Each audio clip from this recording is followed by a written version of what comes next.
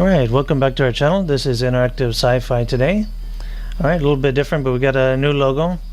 Okay, so instead of making a totally different channel, we're going to making this one a little bit different. Okay, just updating the videos a little bit. Alright, so we're going to be going over some old topics still. When I first started this channel, I was a little bit of a noob, so we're going to do this again. Alright, so I'm getting got some better audio equipment, so we're going to be using that. If you heard the difference already, you can actually hear my voice a little better. Alright, so let's get into the topic. We're going to see who's sponsoring this. Okay, as you already probably guessed, it's Realms of Forgotten Worlds. Alright, so you probably know it has 71 chapters. Okay, everybody knows that. Alright, thank you. So we're going to get into our topic. What is multi-option science fiction? Alright, that's the question today. Alright, so we've been over that a whole lot more. We got a website on this right now. It's I'll give you the link after the video. Alright, so let's go into what is this? Okay, so this may come to mind. We got a multi-option questionnaire like we used to fill in high school. Okay, A, B, C, or D. This is basically multi-option science fiction. Okay, it's critical thinking for sci-fi. Alright, so well, basically, yes, it's critical thinking. And normal reading, I wouldn't want to really dump on too much. It's really good. You just go from A, B, C, D, the normal book. Alright, so multi-option is basically more critical thinking, because you're thinking of, okay, if I go for B to Z or B to H, okay, what's going to happen? So you got to think a little bit more in depth. Alright, so you still got the same storyline, you just got to think a little bit more ahead. Okay, the what if thing. Okay, so we're gonna see basically what is this all about. What do you need to actually read and actually make one of these books? You need one of these. All right, this one's made by hand actually. You can see that. I think this is from the 80s. I think this is one of the earliest ones, 1979. Sorry, that's the date. All right, basically this is the map. This is the idea. All right, so you basically see the idea is not that new. Okay. It's actually an older idea than most think. Alright, some people wanted to think more critically way before, okay, in these dates, the modern times. Alright, so we basically need a map in order to read our book. Okay, so you get into certain points, you want to see where you're going, or you hit dead ends sometimes too. Alright, so usually I'm writing the book and okay, where am I going to go? So I need it to plan, really, so I don't mess up, because it's several books in one, so you have to it's a different sort of planning, really. Alright, this is the modern type map. This is the map I made actually to kind of explain the idea. Okay, a little bit more easy to read. Okay, you got idea 1, 2, 3, 4, 5, 6, and 7. So you got branching ideas. Alright, pretty easy, right?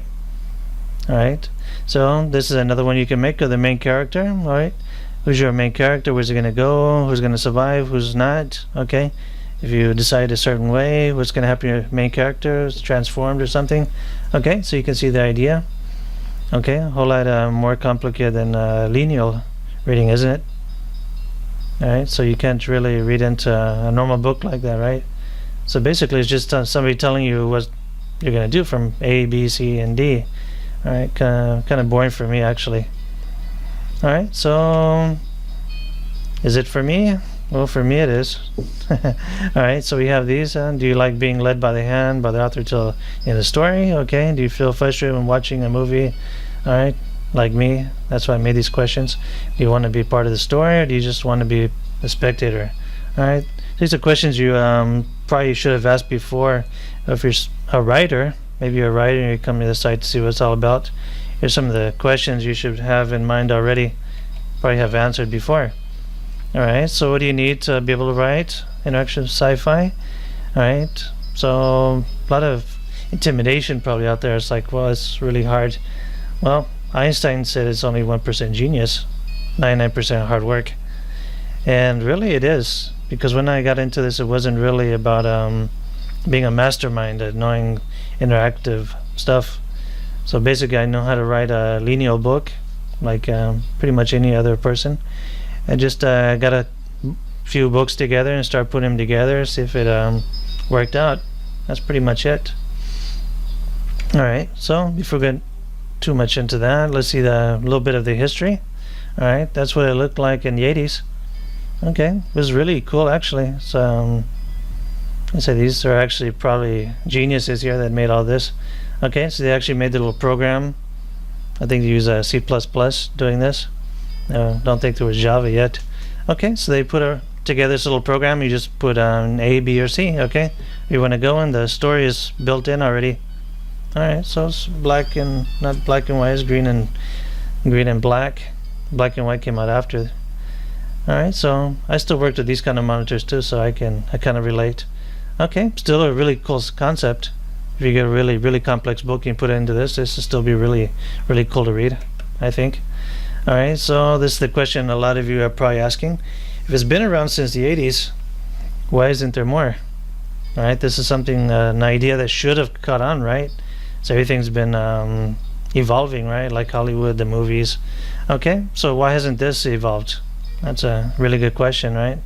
All right, so let's check out the numbers, the cold numbers. All right, time and money. That's basically what it boils down to.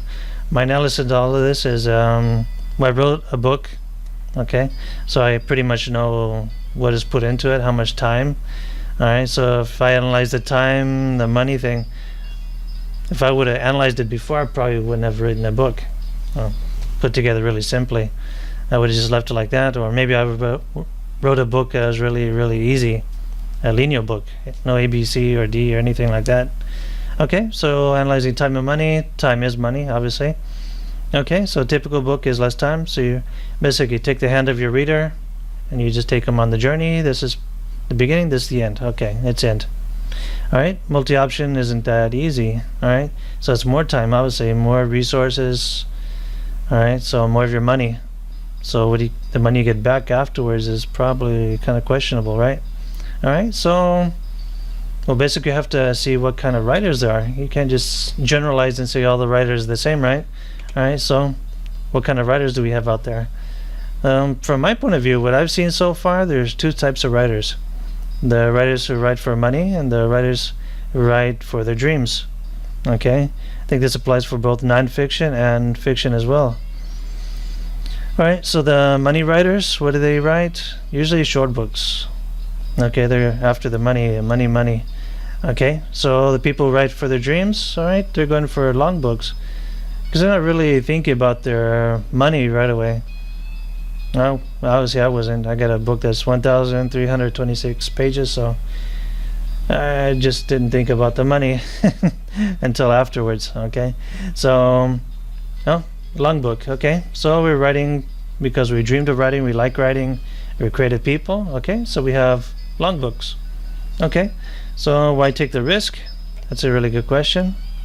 All right, I really like this picture because well, this is actually the truth about people, right? You have the sheep who follow and you have the leaders. Okay, so basically you don't have to risk anything. You can write for the money and just go for it. All right, not saying that's good or bad, but this is what it kind of looks like. A bunch of sheep looking at you and you're the sheep looking back at them, and everybody's going for the money, right? And no risk involved. All right, probably make a few bucks after writing your book after maybe less than a year. All right, that's what it looks like. That's not what it's about for me. I don't know about you. All right, so the question is too, if you're still wondering about the money, are there publishers out there just waiting for your multi-option science fiction project?